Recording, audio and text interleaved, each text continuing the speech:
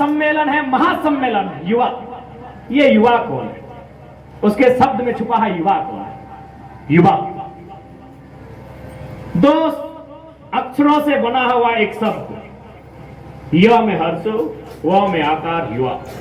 उस शब्द को हम पलट देते हैं तो वो बन जाता है व में आकार, य में हर्षो, वायु। यही युवा का परिचय है।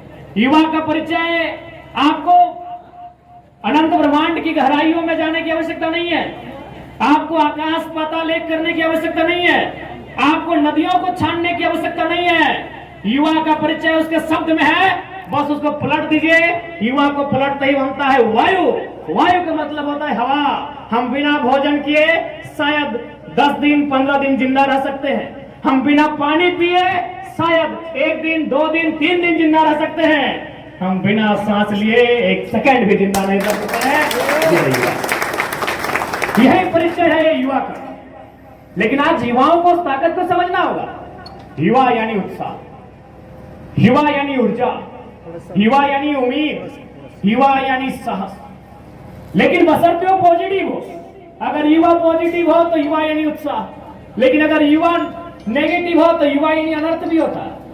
अगर युवा पॉजिटिव हो तो युवा यानी उत्साही, लेकिन अगर युवा नेगेटिव हो तो युवा माने उन्मादी भी होता है। इसलिए हमें युवा का एक आदर्श चित्रण को प्रस्तुत करना है।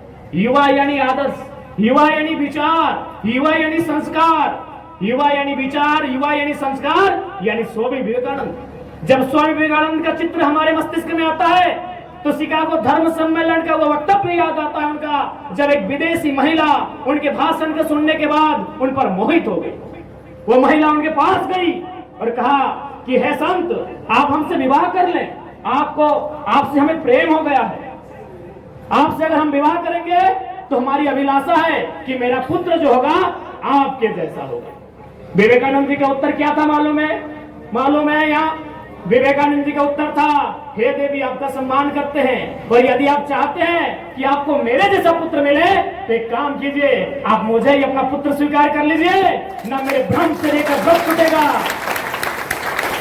न मेरे ब्रह्मचर्य का व्रत टूटेगा, और न आपकी अभिलाषा टूटेगी।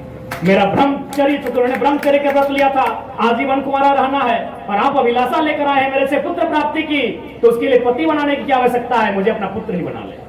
तो युवा यानी संस्कार, युवा यानी विचार, युवा यानी आदर्श।